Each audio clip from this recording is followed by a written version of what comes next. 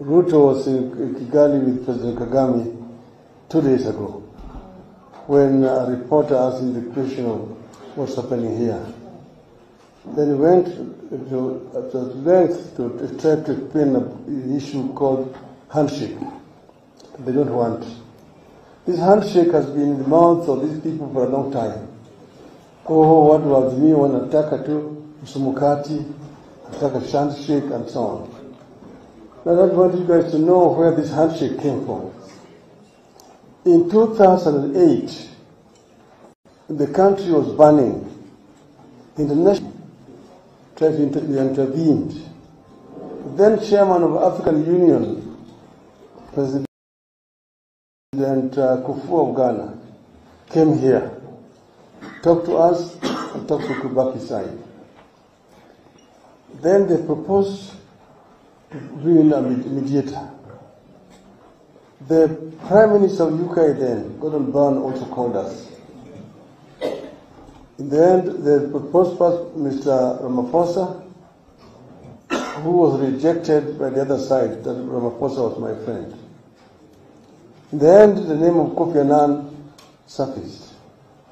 As you see, most of those former presidents Kaunda was here, Mkapa was here, former president of Botswana was here, Desmond Tutu was here, and so on. Then, in the end, the name of Kofi Annan came up and was then accepted to mediate together with President Mkapa and Madame Graça Machel. Then they came, it was agreed that each side appoints four to represent it. We were represented here by Mr. Salim Davadi, Mr. William Ruto himself, and Stanley Cosby. The other side was represented by Martha here. The other one was the late Mtola Kilonzo. The other one was Wetangula and Samungeri. This is the team that met at Serena Hotel and negotiated until there is agreed only on one issue of whether the accord should be entrenched in the constitution. This is when Kofi Annan came to me and to Kibaki and asked that we have a meeting. That meeting was chaired by Kofi Annan. President Kikwete was present, and President Mkapa. We agreed on that issue. Once we agreed on that only issue, then we were ready now to sign the accord, which was signed and presented to Parliament. Now, William Ruto himself was involved in negotiating that accord. Now he says Raila is the author of accord. Then, in 2017, we went to court, and the Supreme Court nullified the elections and ordered a repeat. Then we said we went to IBC and we demanded certain reforms be made before we participated in that election, because they said to go the same way with the same structure will not yield any different results. Doing the same thing the same way, expecting different results. When we then refused to go to elections, we asked our people to boycott. It was boycotted. From the statistics we have, only 17% of registered voters participated, because they came up with the SOP. Then the country was in a crisis. And it was Uhuru Kenyatta himself who looked for me. And we held lengthy discussions. And he admitted that he knows that he did not win.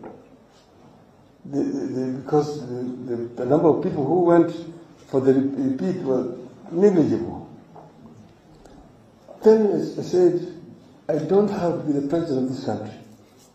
If you agree that we can carry out reforms to ensure that the future elections will be free and fair, I'm ready to work together. And that is what we informed the MOU. It was not a secret. We appointed lawyers who spent time to prepare the MOU. And we changed it eventually. We agreed to sign that MOU. And that is when we went out of the office of the president in government. ODM did not appoint a single minister in that government. Neither did we appoint even a permanent secretary or even head of any parastatal. We did not. That government remained exactly that whatever it was, whether it was a coalition, but it was between Uhuru's side and Ruto's side, right throughout. So this idea that handshake is what caused problems in that government is hogwash.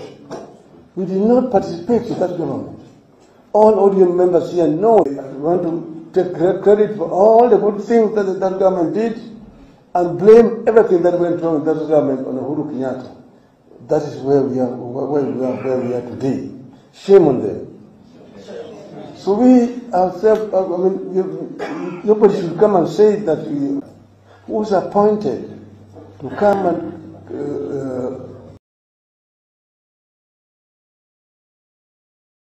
lead a team to verify what happened in this country and how the elections were held. When he came to see me in my office, he told me, Mr. Odinga, I don't see my role here as trying to tell Kenyans who won that election. Any fool in this country knows who won this election. When he's saying, I won those elections. But then, now these people keep on saying that we lost elections and we wanted a handshake. Shame on them. We did not lose the elections in 2007. Neither did we lose in 2017 or in 2013. Because they said, oh, always losing and complaining. We did not lose any of those elections. So I don't want to go much further than that. I just want to make that clarification for everybody else that handshake, one of the authors of handshake is none other than President Mr. William Samoei Ruto. The governor of Wajir is there. Where is he?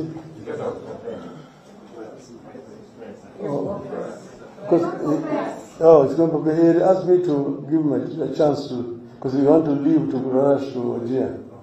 But if it's going for prayer, when he comes back, he will do that. Thank you very much. Okay, let me invite Mr. Wainaina.